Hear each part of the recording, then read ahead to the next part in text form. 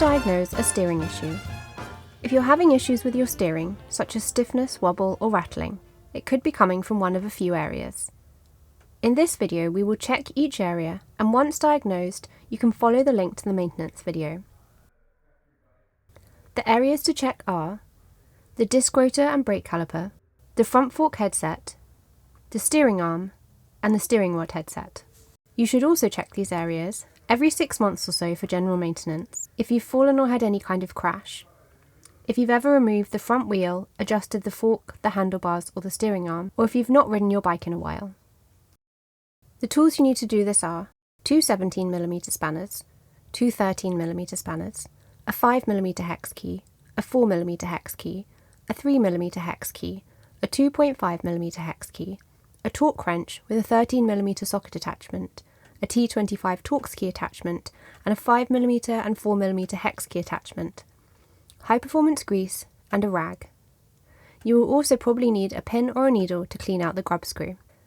If you have a damper kit on your bike, it's important that you remove the bolt that attaches the damper to the fork when checking the headset, because the damper will mask the feeling of wear or abnormalities in your steering.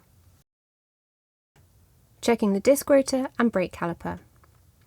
With clean hands, try to move the disc rotor backwards and forwards and side to side. There should be no movement. All bolts should be tightened to 4 to 6 Nm. Then ensure that the brake caliper is properly secure using a torque wrench and 5mm hex key attachment. All the bolts should be tightened to 6 to 8 Nm. Finally, with a 3mm hex key, check the retaining pin holding the pads in the caliper. Make sure it's tight to resistance. If you need to adjust the caliper, you can see the relevant video in the links below. Finally, check for brake pad rattle. With your kickstand folded up, squeeze the front brake lever and rock the bike forwards and backwards to check for movement of the brake pads. They could be worn out, and you'll want to replace them before they look like this. Checking the front fork headset. With the kickstand still folded up, squeeze the front brake lever again, and rock the bike forwards and backwards to check for movement in the front fork headset. If there is movement, then the headset is too loose. You can also check the headset by holding the front wheel and the bottom headset cup and feeling for any movement there. Next, unscrew the ball joint from the fork with 2 13mm spanners. Reassemble the parts so nothing is lost, and lie the steering arm out of the way. This is so you can test the front fork headset independently of the steering rod headset. Hold both sides of the fork and turn it from side to side. The feeling of movement should be smooth. If you can feel ridges or it feels bumpy, rattly, loose or rough, then your headset is worn. If it feels stiff to move, then the headset could be worn, or it could just be too tight. If you need to replace your headset, you can see the relevant video in the links below. Checking the ball joint and steering arm. With the ball joint still separate from the fork, you can begin to check the ball joint and the steering arm. First, check the ball joint. If the rubber is broken, the metal becomes more exposed to the elements and much more susceptible to corrosion. If there is corrosion or play in the joint, then it will need replacing. Slide the rubber off the ball joint and check the metal for any signs of corrosion. Then check the rotating part of the ball joint. It should be able to rotate freely without effort. There should also be no play. Hold the ball of the ball joint firmly and try to move it from side to side. There should be no movement. If everything seems fine, you can replace the rubber and reattach the ball joint. You should also check to make sure the nuts are tight against the arm and the ball joint and that the ball joint is correctly aligned.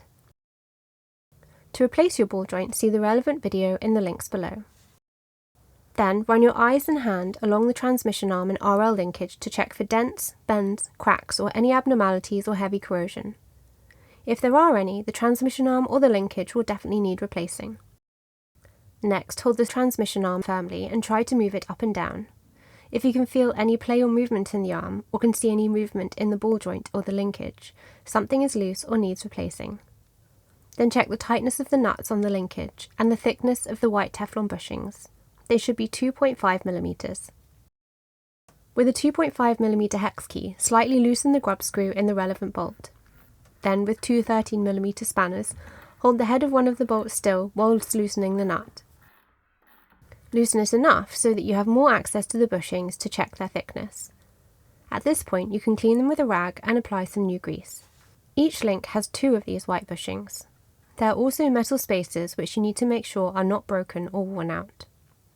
If everything is fine, retighten the nut to 9 Nm with a 13mm spanner and a torque wrench with a 13mm socket attachment.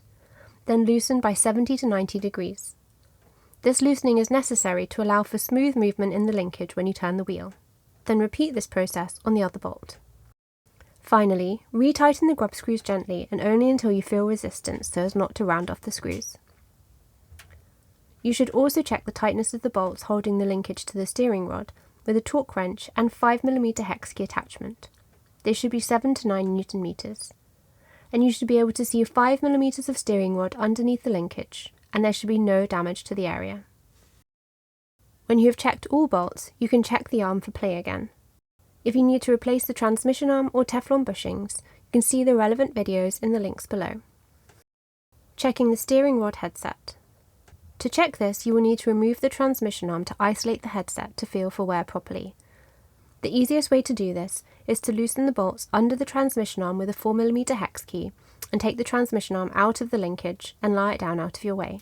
Now hold the linkage under the bike and turn it from side to side. If you can feel ridges or it feels bumpy or rough, then your headset is worn.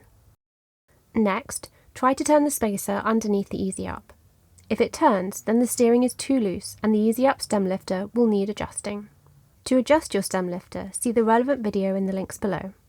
To reassemble your transmission arm, place the arm back in the linkage so you can see 1 cm protruding, and tighten the bolts to 7 Nm with a torque wrench and 4mm hex key attachment. Make sure the front wheel has around a 1 cm gap from the steering arm when turning left.